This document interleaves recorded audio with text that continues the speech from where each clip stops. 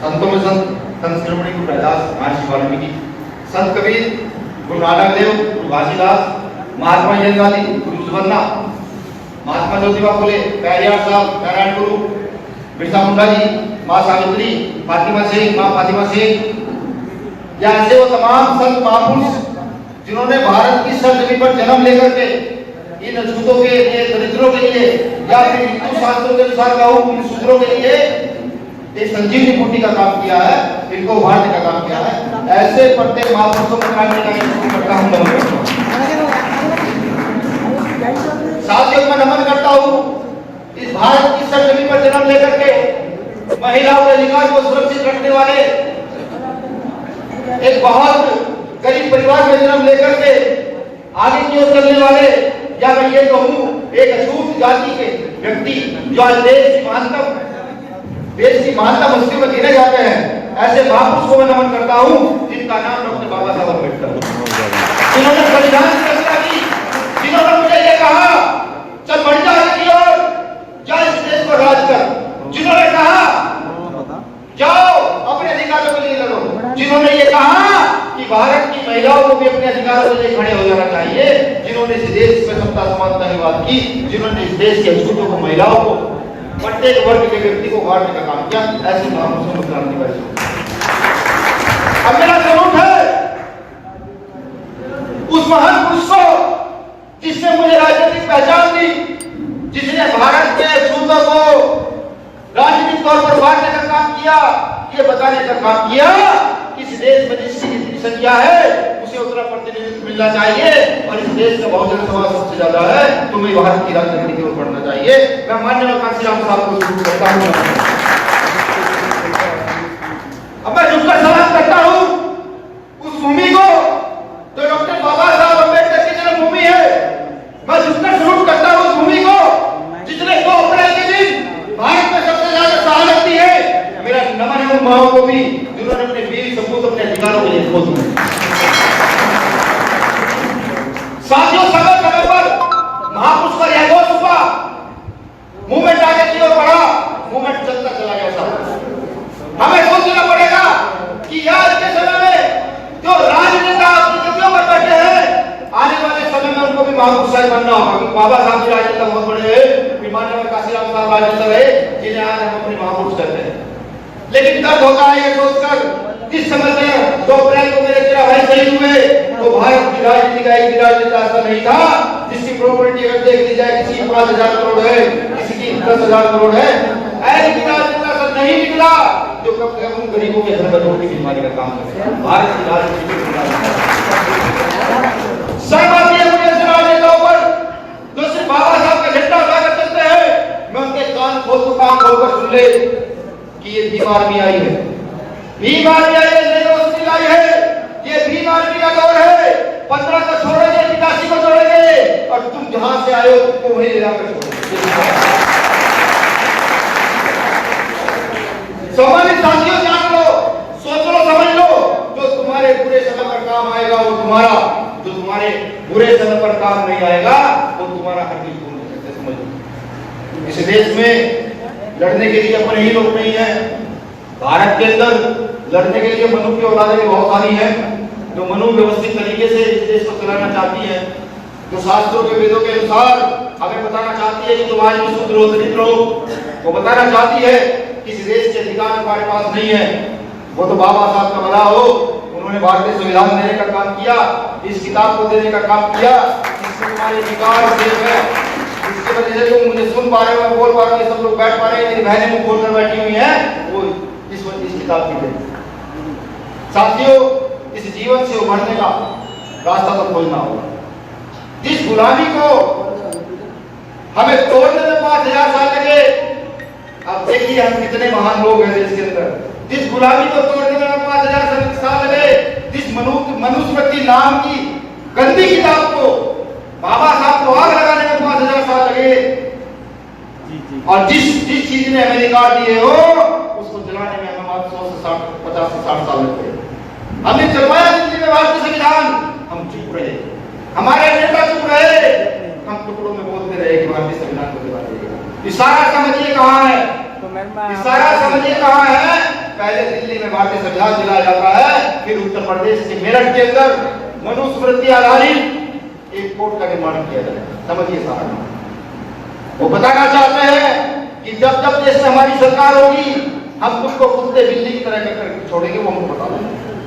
लेकिन हम कितने दिमागदार है देखिए, हम अपने इतने टुकड़े करने पर लगे हुए हैं, इतने टुकड़े करने पर लगे हुए हैं कि जब जब उन्होंने कहा कि नहीं मध्य प्रदेश में अगर यूपी का कोई आ गया तो उसको ये कहकर भगाइएगा तो यूपी का जाकर यूपी में चला जाएगा। जब महाराष्ट्र में मध्य प्रदेश का चला जाएगा तो उसकी जाति का नाम ले दीजिएगा, अच्छा ये तो महाराष्ट्र से उस जाति का है, इसका महाराष्ट्र में कोई काम नहीं, भगा दीजिएगा उसको।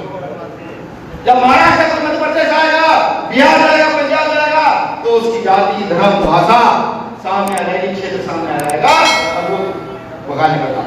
वो देखिए हम देखिए उन्होंने देखिए क्या कहा कि एक आरएसएस बना दीजिए, पूरे देश का सनातनी व्यवस्था एक कर दीजिए, सनातनी व्यवस्था एक होना हो, लेकिन इस देश में मनुस्मृति जरूर स्थापित कर दीजिए। उन्होंने वो करते जा रहे हैं लगातार, वो लगातार करते जा रहे हैं और हम मौन, हम चुप। जब देश का मुसलमान को पीटा जाता है, जब देश में मुसलमान को आतंकवादी बताया जाता है तो हम चुप रहते हैं।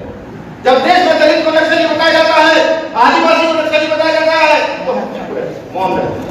हमें समझना पड़ेगा, सोचना पड़ेगा, इतिहास के विषय में जानना पड़ेगा। जो लोग आज देश पर अपनी सत्ता स्थापित किए हुए हैं वो सावरकर की औलाद है। जानते सावरकर कौन है? आज घर जाइएगा, गूगल पर सर्च मारिएगा, लिखिएगा वीर सावरकर तो सावरकर की वीरता सामने आ जाएगी। आपको पता लगेगा कि वीर सावरकर को महान व्यक्ति था जिन्होंने अपनी मौत के डर से जेल से कालापानी जेल से अंग्रेजों को चिट्ठी लिखी थी कि साहब मैं आपकी गुलामी करने के लिए तैयार हूं, बता मेरी जान बच गई है। इस देश का भी सावरकर मुसावरकर। बात करते हैं सरदार भगत सिंह की, बात करते हैं उधम सिंह की, बात करते हैं अशफाकुल्लाह खान साहब की, ऐसे तमाम क्रांतिकारी जिन्होंने फांसी के फंदे को चूमा। एक सावरकर जिसकी आइडियोलॉजी पर सरकार चल रही है, जिसकी आइडियोलॉजी में पूरा भारत जय श्री राम के नारे ठोकता है, जिसकी आइडियोलॉजी वाले लोग भारत माता की जय भी कर देते हैं, लेकिन आज भगत सिंह को भूल गए जिसने खुद देश की आजादी के लिए फांसी के फंदे को गले से चूमने का काम। समझ लीजिए महान कौन है। अगर उनकी तरह चलना है, उनकी तरह सोचना है तो जाकर के सावरकर की आइडियोलॉजी में जाकर के लिप्त हो जाइए और उन लोगों के साथ खड़े। और वाकई आप इस देश के सच्चे देशी हैं। जिस तरीके से 2 अप्रैल को आपने दिखाया, पूरे भारत को दिखाया कि मध्य प्रदेश और मध्य प्रदेश का चंबल आज भी उसके खून में इतना उबाल है कि अगर वो अपनी गर्मी सही तरीके से दिखा दे तो इस देश की सरकार को सरकार साथियों दौर चला हुआ है देश में निजीकरण का दौर। चीजों को प्राइवेट किया जा रहा है, बीएसएनएल प्राइवेट हो चुका है, बहुत सारी सरकारी संस्थाएं प्राइवेट हो चुकी हैं, रेलवे का नंबर प्राइवेट हो रहा है। हमें समझना पड़ेगा क्या ये जो रिजर्वेशन बाबा साहब डॉक्टर बी आर अम्बेडकर ने हमको दिया है, छोटा सा, आबादी हमारी बहुत ज्यादा है, रिजर्वेशन छोटा है, जो हमारा प्रतिनिधित्व तय कर देता है, राजनीति में तय कर देता है, नौकरियों में तय कर देता है, जिसके आधार पर आज हमारा विकास हो रहा है, हमारी आर्थिक उन्नति हो रही है, हमारे छोटे छोटे बच्चे पढ़ लिख रहे हैं। ये निजीकरण सिर्फ उस रिजर्वेशन को खत्म करने का एक बेहतरीन माध्यम है। इस निजीकरण के खिलाफ आवाज कौन उठाएगा? अगर आप ये सोचते हैं कि आपका नेता, आपका मंत्री, आपका प्रधानमंत्री, आपका मुख्यमंत्री इस आवाज को उठाएगा तो बेवकूफाना ख्याल अपने दिमाग से निकाल। आपने जो खुद के नेता बनाए हुए हैं वो एसी के कमरों में पड़े ऐश कर रहे हैं, उनको आपके निजीकरण से मतलब नहीं, और मतलब भी होगा तो वो कहेंगे ट्विटर आइए फेसबुक पर डाल देंगे निजीकरण के आंदोलन। निजीकरण देश में नहीं होना चाहिए, आइए कहते हैं फेसबुक लिख देंगे कि देश के अंदर निजीकरण नहीं होना चाहिए। अगर इस देश में ऐसा ही होता और आप लोग एससी एसटी एक्ट वाले लिखते कि ठीक है एससी एसटी एक्ट में बदलाव नहीं होने चाहिए, फेसबुक पर ट्विटर कहते तो क्या आप फैसले को वापस करवाते? नहीं करवाते। अगर यही जो दिल्ली के तुगलकाबाद में गुरु रविदास घर के लिए सुप्रीम कोर्ट ने निर्णय किया था, अगर आप फेसबुक पर ट्विटर खेलते तो क्या वो गुरु पर वापस पाते? नहीं पाते। सोचिए समझिए, इस निजीकरण के खिलाफ भी हम लोगों को सड़क पर उतरना होगा, सड़क पर उतर कर ये बताना होगा ये देश किसी के बाप की बकौती नहीं है, ये देश उन लोगों की बकौती है जो यहाँ की ईंटों को खोदते हैं, यहाँ के खल चलाते हैं, यहाँ की सड़कें बनाते हैं, यहाँ की व्यवस्था बनाते हैं, ये देश उनका। एक शब्द बार बार किया जाता है, जय भीम बोल, जय भीम बोल, बोल पिताश्री जय मूल निवासी। तो इस मूल निवासी शब्द का मतलब समझना पड़ेगा हम लोगों को। ये मूल निवासी नहीं, भंते जी ने भी कहा, बहुत सारे लोग कहते हैं समझना पड़ेगा। जमीन जिसकी होती है उसका मालिक वो होता है। मूल निवासी का मतलब है कि इस भारत के आप लोग मालिक है, ये भारत का इस बिकने की जगह पर है। अगर हिस्ट्री पे थोड़ा पीछे जाएंगे, जब अंग्रेज यहाँ पर आए थे तो वो यहाँ पर प्राइवेटीकरण लेकर आए थे, वो यहाँ पर व्यापार लेकर आए थे। उन्होंने देश की धीरे धीरे सारी चीजों को खरीदा, देश को गुलाम कर दिया। ये यहाँ पर बीजेपी आने से कांड होने जा रहा है। यही हो सकता है तो अगले 20-50 साल के अंदर ये देश से अंग्रेजों का गुलाम हुआ था, उसी प्रकार से फिर गुलाम हो गया। आपका फर्ज क्या बनता है? मूल निवासी शब्द का मतलब यही है, जान लड़ा दीजिए। जैसे आपने पहले देश के लिए अपनी जान दी है, फिर दोबारा एक बार देश के लिए जान देने का समय। मैं कहता हूँ आरएसएस के भक्तों को भी, मैं कहता हूँ कच्चे बैठने वालों को भी, मैं कहता हूँ बीजेपी के लोगों को भी, मैं कहता हूँ माननीय मुख्यमंत्री प्रधानमंत्री जी को भी, दीवानवाद इस देश में बेरोजगार ये 85% तो नहीं है, इस देश में बेरोजगार होगी तो 15% का। ठीक है, उनके पास खेतियां होंगी, ठीक है, उनके पास नौकरियां होंगी, ठीक है, उनके पास बहुत सारा धन होगा, लेकिन गरीब उनमें भी। मैं बताऊं भक्तों तुम्हें भी, मेरे भक्तों भाइयों, आओ अगर देश की इज्जत बचाना चाहते हैं तो आओ इन बहुजनों के साथ खड़े हो जाओ और इस निजीकरण की लड़ाई में, कम से कम इस निजीकरण की लड़ाई में तुम लोग साथ देकर खड़े हो। तुम्हारे अधिकार भी बाबा साहब के लिए बचाने का काम करेंगे। ये साथियों, समय समय पर व्यवस्थाएं बनती है, व्यवस्थाएं टूट जाती है। जैसे मैंने भी उसने कहा जब मैं पहले बैठा हुआ था कि जहां अनुशासन नहीं होगा वहां पर व्यवस्था खराब हो जाएगी। एक चीज समझ लीजिए, जहां अनुशासन होगा वहीं पर शासन होगा। बहुत छोटा बड़ा समझिए बात है, जहां अनुशासन होगा वहीं पर शासन होगा, और जिनके पास शासन होगा वो ताकतवर होगा। अगर आप अनुशासन नहीं बना सकते तो इस देश पर आप कभी शासन नहीं कर सकते। अनुशासन बनाना पड़ेगा, खासतौर से भीम आर्मी के वो कार्यकर्ता, भीम आर्मी के वो पदाधिकारी जो लंबे समय से भीम आर्मी में काम कर रहे हैं, लगातार सरकार की प्रशासन की लाठी गोली डंडों से भी नहीं डर रहे, लगातार मुकदमे खा रहे हैं, मेरा उनसे नहीं डर। आप लोग अगर अनुशासित एक बार देश में हुए तो मैं बता दूं मध्य प्रदेश के लोगों को, भीम आर्मी पूरे 22 राज्यों में काम कर रही है। 22 राज्यों में मैंने खुद जाकर टीम भेज दी है, और अगर एक आंदोलन की घोषणा कर दी जाए तो देश के 22 राज्यों को भीम आर्मी प्रभावित करके बीमारी का लेकिन एक चीज और कह दूं साथियों, भीड़ भेड़ के समान होती है।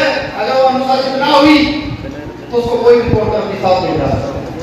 हाँ, अगर एक बार ये लोग, ये युवा, ये 85% युवा कहते हैं, ये अगर एक बार अनुशासित हो गया, इसमें अनुशासन आ गया तो देश की कोई ताकत ऐसी नहीं जो इसको तोड़ सके। मैं कहूंगा जिसके लोगों को भी बहुत जल्दी हम अनुशासन सीखने जा रहे हैं साथियों, मेरे आदर्श के भाइयों, हम अनुशासन सीखने जा रहे हैं। हम तुमको दिखाएंगे, हम तुमको बताएंगे एक दिन कि अनुशासन क्या होता है।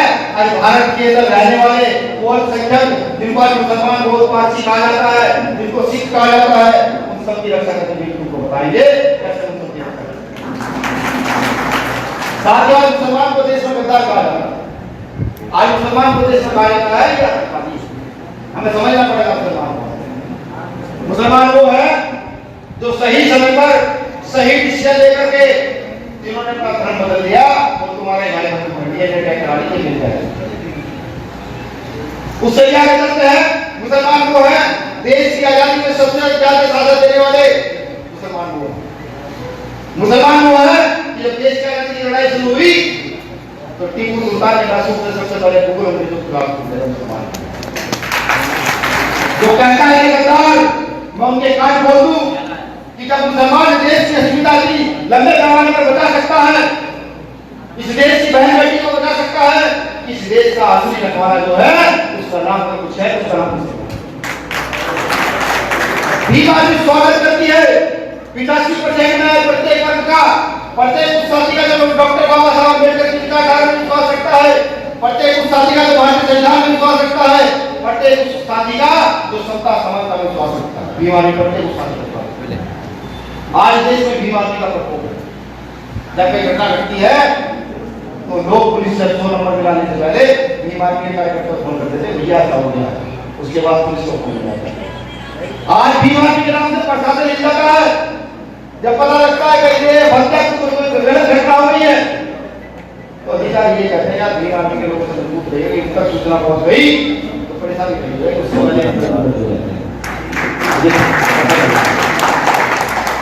लेकिन साथ ही कुछ चीजें समझनी पड़ेगी। भीम आर्मी सन 2015 में बनी, 22 हमने मिलकर देश की स्थापना की। फिर हमारे बहुत सारे साथी मिले जिसमें हमारे 2 महत्वपूर्ण साथी मनजीत सिंह नोटियाल, कमल सिंह भाई भी मिले और अनेकों नाम है, जसवंत है, रोहित है, रोहित नोटियाल है, रोहित गौतम है, ऐसे बहुत सारे नाम है, विनोद है, बहुत सारे नाम है जो कंधे से कंधा मिलाकर के साथ सन 2015 में बनी। सन 2015 के बाद 2016 में जेल चले गए, 16 महीने जेल रहे, फिर बाहर निकले, फिर राजद के मामले में जेल चले गए, फिर बाहर निकले, फिर एनआरसी के मामले में जेल चले गए, यानी कि 4-5 सालों में तक 2-2.5 साल जेल में लोग रहे। हमारी टीम के मुख्यमंत्री को 2.5 साल जेल में रहे, यानी कि अपने पास 1-1.5 साल काम करने का मौका मिला। इस 1-1.5 साल के अंदर पूरी ईमानदारी के साथ ये कहते हुए कि देश में या इस विश्व में कोई नोट नहीं खड़ा तो भीम आर्मी के लोगों को खरीद सके, ये कहते हुए कि जब तक सांस में सांस है बॉम्बे मूवमेंट के लिए लड़ते रहेंगे, ये कहते हुए कि रोटी मिले ना मिले लेकिन सम्मान के लिए लगातार खड़े रहेंगे। जब 1.5 साल में इस मूवमेंट को हम पूरे देश के साथ साथ विश्व के 5 देशों में चला सकते हैं तो ये समझिएगा कंधे से कंधा मिलाकर के इस मूवमेंट को 5 साल हो गए तो क्या सोचिए। अगर 2 साल के अंदर मूवमेंट ने चला दिया, व्यवस्था बना दी तो जिस प्रधानमंत्री की कुर्सी से अम्बेडकरवादी को हमेशा दूर रखा गया है उस कुर्सी को ऐसे पकड़ कर बैठ लेंगे और एक अम्बेडकरवादी को यहीं पर बैठ और शासन दिखा शासन कहना बहुत आसान है, शासन करना बहुत मुश्किल है। अभी तुमसे पूछा जाए तुम सारी हिस्ट्री बताओगे, बाबा साहब पहले साहब नारायण को सबके नाम बताओगे और अगर पूछा जाए मेरे से पढ़ाई करते हो तो सबकी सिक्योरिटी को शासन अगर पढ़ना है तो शासन पढ़िए सम्राट अशोक का, जिसने तलवार के दम पर शासन तो दिया लेकिन बिना तलवार के सुगंधी समानता के बल पर शासन पूरे विश्व में बना। अगर ये व्यवस्था आ गई कभी अम्बेडकरवादी को ये व्यवस्था आ गई तो ये अम्बेडकरवादी लोग इस देश में सम्राट अशोक का शासन स्थापित करने का साथी में बात कर रहा था व्यवस्था की। आज के बाद जो साथी खासतौर से भीम आर्मी का कार्यकर्ता के जितने समाज लोग हैं सोशल मीडिया पर कभी किसी में गलत मत लिखिए, किसी जात किसी धर्म से तुम्हारा कोई मतलब नहीं है, तुम किसी धर्म के विषय में गलत मत लिखिए, तो जिसको मानता है माने, हमें से कोई फर्क नहीं पड़ता। हम डॉक्टर बाबा साहब अम्बेडकर के मानने वाले लोग हैं, संविधान को मानने वाले लोग हैं, संविधान की लाइन से चलने वाले लोग। आप लोग सिर्फ बाबा साहब की विचारधारा को, मूवमेंट की विचारधारा को आगे बढ़ाने का काम। जब हम सोशल मीडिया पर गलत लिखते हैं तो हमारे जो जिन्होंने हम पर राज किया है, जिनको 5% देते हैं, जिनको मनोवादी कहते हैं, वो हंसते हैं वहां बैठ के, वो कहते हैं भैया इनके माँ बाप को इतना सिखा कर गए रहे इस बात को सोच। तो हमें सबसे पहला काम ये करना है कि हमें सोशल मीडिया का प्रयोग पॉजिटिविटी में करना है, कोई भी गलत चीज हमें सोशल मीडिया पर नहीं डालनी है। आप देते सीख सकते हैं। ये मेरे युवा भाई अगर मुझे भाई समझते हैं तो जिसको बुला रहे हैं चला जाएगा, मतलब साथी को बुला रहे हैं, साथी के पास चले तो मेरे भाई यहाँ बैठे हैं, कितने ऐसे साथी हैं जो आज ये वचन देते हैं मुझे कि भाई आज के बाद सोशल मीडिया पर गलत अपने लोगों के खिलाफ बिल्कुल नहीं हाथ पाएंगे। सब लोग आप बताना, ऐसा ना हो कि सिर्फ मुंह देखी बात चल रही है। कल आप इस मीटिंग में आए हैं तो मुझे आगे ये बताए कि भैया तो मीटिंग में लोग और जो गलत नहीं, जो गलत लिखना चाहता है वो आदमी से कोई दिक्कत नहीं, लेकिन जो सही काम करना चाहता है वो आदमी। चलिए मुझे खुशी है कि मेरे भाई मुझसे बहुत ज्यादा प्रेम करते हैं। आप साथियों को भी मध्य प्रदेश की जमीन पर आया हूँ, पिछली बार 1 दिसंबर को आया था भोपाल में, इस बार ग्वालियर आया हूँ। आप लोगों ने एक पार्टी बनाई है जिसका नाम सब लोगों ने चीख कर दिया। मैं बता दूं पार्टी नहीं है, बहुजन मूवमेंट की विचारधारा है, वो बहुजन मूवमेंट की एक उसमें बिना पद बिना नाम के काम कीजिए, उसको मजबूत करने का काम कीजिए। पार्टी का नाम लेने की जरूरत नहीं, आपका प्रोग्राम है कौन सी पार्टी हो रही है। हमारे भीम आर्मी के साथी जो लंबे समय से हमारे भीम आर्मी के साथी जो लंबे समय से भीम आर्मी को मध्य प्रदेश में सींचने का काम कर रहे थे, जिनको हमें ये लगा कि ये लोग वाकई अब तैयार हो गए हैं इस देश की राजनीति में हिस्सेदारी मांगने के लिए, मध्य प्रदेश की राजनीति में हिस्सेदारी मांगने के लिए, भारत की राजनीति में अपना हस्तक्षेप करने के लिए, उनको साथियों को संगठन से निकालकर पार्टी की ओर भेज दिया गया है, जैसे आरएसएस करता है। या मैं ये कहूं, जैसे मेरा बाप लिख कर गया है समता सैनिक दल में, डॉक्टर बाबा साहब अम्बेडकर लिख कर गए हैं कि संविधान में अपनी समाज की व्यवस्था चेंज कर दीजिए, कितने नेता निकल आएंगे तुमको अंदाजा नहीं होगा। ये काम भी मानने शुरू कर दिया। उस साथी हमारे प्रदेश कमेटी, जिला कमेटी, संभाग कमेटी के लोग चले गए हैं पार्टी के अंदर काम करने, मूवमेंट के लोग। अब बचे कुछ लोगों का प्रमोशन आज किया जा रहा है, कुछ लोगों से मैंने सलाह ली, शायद जिला परिषद से सलाह नहीं गई हो, कुछ लोगों का प्रमोशन फिर भी किया जा रहा है, क्योंकि मध्य प्रदेश में भीम आर्मी की व्यवस्था को सुचारू रूप से चलाने के लिए ये जो प्रशासन आज मेरे आने के बाद को पता लगता है कि 12 बजे का कार्यक्रम है तो 12 बजे से 44 चला जाता है, इस डर को बनाए रखने के लिए ये जो आज सरकारें हमारे विरोध में लगातार काम करती है, हत्याएं मर्डर बलात्कार जो हो रहे हैं और उनके खिलाफ बीमार में लड़ती है, इस डर को बनाने के लिए आज दो साथियों का प्रमोशन किया। एक साथी वो जिसने सबसे पहले मध्य प्रदेश में भीम आर्मी की नींव रखी, जहां से सहारनपुर गया, जाकर के मिला और कहा भैया मुझे काम करना है, मुझे काम करना है। मैं बुलाना चाहूंगा अपने छोटे भाई दत्तू मेरे जी को, जिन्होंने बहुत मजबूती के साथ यहाँ काम किया। संघर्ष करो, बहुत मजबूती के साथ काम किया। इन्होंने सुनील रस्ते को ढूंढा, इन्होंने राहुल गांधी को ढूंढा, इन्होंने सत्येंद्र सिंह को ढूंढा, इन्होंने एक इस घर को बढ़ाने का काम किया। लगातार चैन बाई चैन इन्होंने लगातार लोगों को ढूंढते चले गए और आज मैं अपने छोटे भाई का प्रमोशन करता हूँ। आज मध्य प्रदेश से दत्तू मेडल के रूप में भीम आर्मी की राष्ट्रीय कमेटी में को जगह दी जाती है।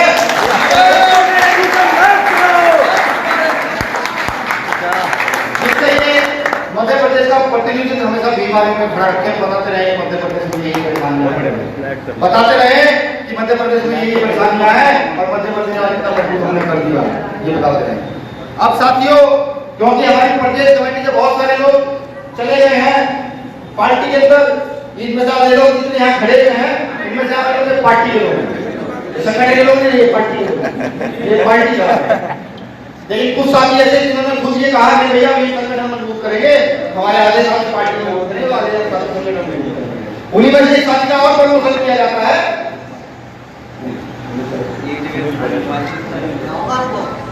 एक और साथी का प्रमोशन किया जाता है जो महासचिव थे, हाँ महासचिव थे सुनील बरसे, उनका भी प्रमोशन किया जाता है।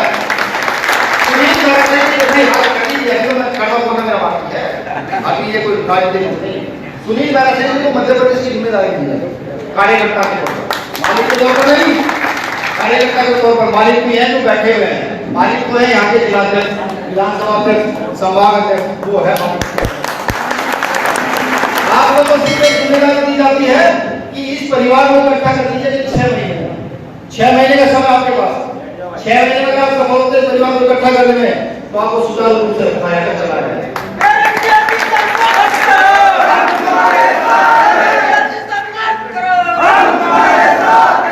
और देखिए माननीय बैनर्जी जी, आपके जो सीनियर हैं, जो हम लोग आज तक भी विश्व में ऐसा नोट नहीं होना जो हमें तो क्या करें, विश्व में ऐसा नोट नहीं होना जो हमें कभी भी सामने वाला ताकतवर कितना हो, शोषण के सामने आज तक कभी लोग झुके नहीं, कभी नहीं। और यही लेकिन कभी किसी से समझौता नहीं। अगर जब आप सबकी आज्ञा हो तो मानने में सुनील बरसिया जी के गले में माला डालू, आप खड़े आगे माननीय सुनील बरसिया जी कहाँ खोया भाई, कहाँ खो रहा? ये पदभारी सम्मान के लिए ये जिम्मेदारी है, एक जिम्मेदारी प्रमोशन करने के लिए जगह ताली राष्ट्रीय लगे। अध्यक्ष जी जिंदाबाद जिंदाबाद जिंदाबाद राष्ट्रीय अध्यक्ष जी जिंदाबाद जिंदाबाद जिंदाबाद राष्ट्रीय जी जिंदाबाद जिंदाबाद मुझे पूर्ण उम्मीद है आपसे पहले माननीय डॉक्टर मेरे जी, माननीय सुनील अवस्थी जी जो पूर्व प्रभारी पूर्व अध्यक्ष है, जिस प्रकार से उन्होंने मध्य प्रदेश को सीखने का काम किया, हमारे राहुल वाल्मीकि जी प्रदेश कमेटी के बहुत जिम्मेदार साथी हैं, इन सबने मध्य प्रदेश को सीखने का काम किया। आगे से भी हमारे साथी मिलकर के समाज के साथ मध्य प्रदेश को सीखने का काम करेंगे और बताएंगे सबसे पहले मध्य प्रदेश से बताएंगे कि क्षेत्र में विकास का मतलब क्या होता है। अब साथियों, क्योंकि मुझे लगता है काफी देर बोल लिया हूँ, मुझे भी गर्मी लग रही है, आपको भी गर्मी लग रही होगी। मैं शुक्रगुजार हूँ आपका कि आप लोग आए, न्याय की गर्मी में बैठे और इतने सारे लोगों को सुना, साथ में मुझे भी सुना। मैं शुक्रगुजार हूँ आपका और मध्य प्रदेश की पूरी टीम का, मंचासीन सभी लोगों का मैं मध्य प्रदेश की पूरी टीम का मैं शुक्रिया अदा करता हूँ। मंचासीन जितने लोग हैं उनका भी शुक्रिया अदा करता हूँ कि आप सब लोग आए, इस कार्यक्रम की शोभा आप लोगों ने बढ़ाई। राष्ट्रीय अध्यक्ष जी संघर्ष करो, राष्ट्रीय अध्यक्ष जी संघर्ष करो। साथियों, जब 2 अप्रैल हुआ, 2 अप्रैल होने के बाद मैं फरारी में था सारंगपुर वाले मामले में, सवा 7 अप्रैल के बाद 2 अप्रैल होने के बाद बहुत दुख हुआ। जिस 2 अप्रैल था उसमें बनारस था, पता लगा कि हमारे साथी भाई शहीद हो गए। उसके बाद दिल्ली आया, एक कार्यक्रम का आगाज किया, 2 अप्रैल के आंदोलन का कोशिश की। समाज में जगह भाई सुन लीजिए, समाज में जगह मैसेज भिजवाए कि 2 अप्रैल में हमारे साथी शहीद हुए, उनके घर को व्यवस्था जाने वाली।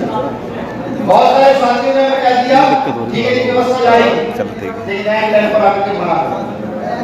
उस दिन दिल्ली के मन से 2 अप्रैल के आंदोलनकारी को जितना भी हम लोगों से मांगे इकट्ठा करता है, थोड़ा थोड़ा मुकाम कर दिया।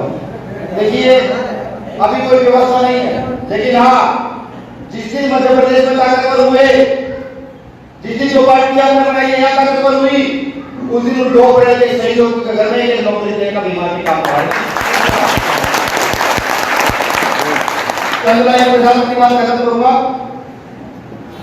शामिल होने वाले हैं। देखिए ये आप देखिए कुछ संगठन है, वो संगठन जो आज भी मानने के लिए वो हमारे मानने नहीं होता है। साथी चल रहा है तो बात खत्म